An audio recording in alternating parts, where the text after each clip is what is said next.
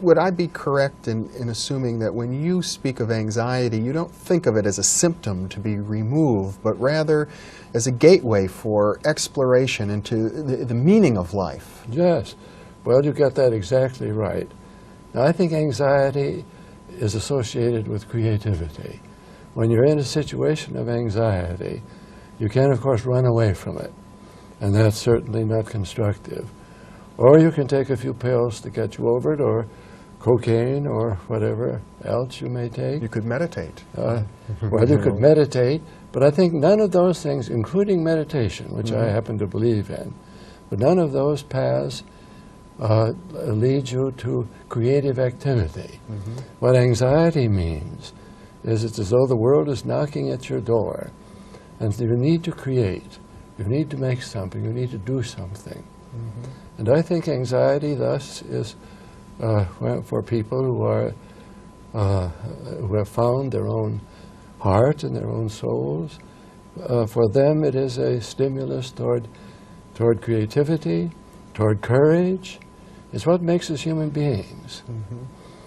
I suppose much of our anxiety comes from the basic human dilemma of being mortal, of ultimately having to confront our own demise. Yeah, we are conscious of our own selves, our own tasks, and also we know we're going to die.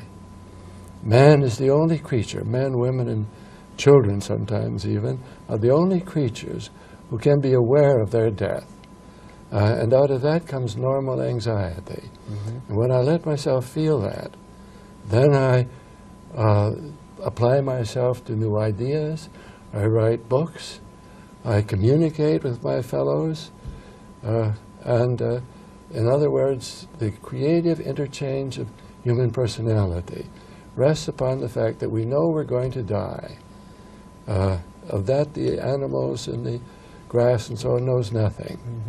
But our knowledge of our death is what gives us a normal anxiety that says to us, make the most of these years you are alive. And that's what I've tried to do. Another source of anxiety that you've described in your writing is our very freedom, our ability to make choices and to have to confront the consequences of those choices. Yes, that's right. Freedom is also the mother of anxiety. If you had no freedom, you'd have no anxiety. That's why the slaves in the films are people without any expression on their faces. They have no freedom.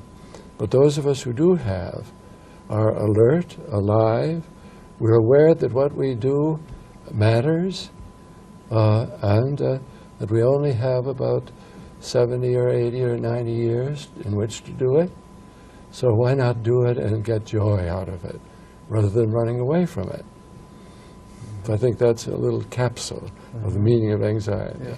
But isn't there a little bit of a conflict between feeling anxiety and allowing oneself to be open, vulnerable to that feeling of anxiety, and then also seeking joy? Oh, no. There's a conflict between that and what's generally called happiness, or the flat, I would speak of the meaningless forms of feeling good. I'm not against anybody feeling good or having happy hours, but joy is something different from that.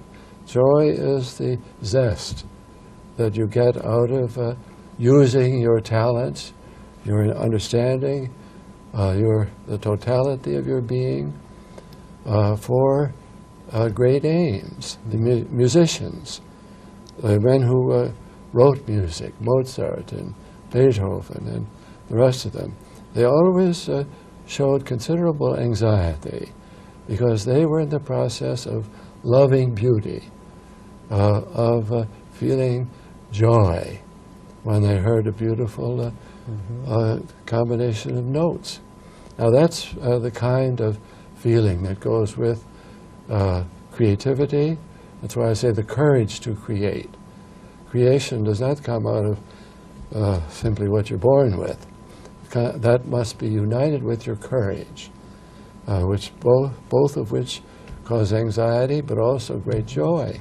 It seems that much of our modern culture, though, is an attempt to cope with this fundamental anxiety by diversions in what you've called banal pleasures.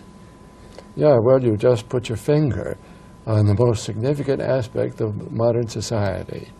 And we try to avoid anxiety by getting rich, by making $100,000 when we're 21 years of age, by becoming millionaires.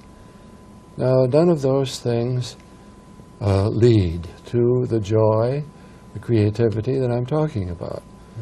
One can own the world and still be without the inner sense of pleasure, of joy, of courage, of creation. And I think our society is in the midst of a vast change. The society that began at the Renaissance now is ending. And we are seeing the results of this ending of a social period in the fact that psychotherapy has grown with such great zest. Almost every other person in California is a psychotherapist. It seems that way. Yes, it does. And this always happens when an age is dying. You see, the Greeks began their great age in the 7th, 6th centuries BC, and then they talked of beauty and goodness and truth, all these great things that the philosophers talked about. Yes. But by the 2nd century BC and 1st century BC, that had all been forgotten. The philosophers now talked about security, and they tried to help people get along with as little pain as possible. And they made mottos for human beings. Beauty and truth and goodness had been lost. Now our Renaissance began the modern age. And at the beginning of an age, there are no psychotherapists. This is taken care of by religion and by art and by beauty, by music. But at the end of an age, every age down through history has been the same. Every other person becomes a therapist because there are no ways of ministering to people in need. And they form long lines to the psychotherapist's office. I think it's a sign of the decadence of our age rather than the sign of our great intelligence.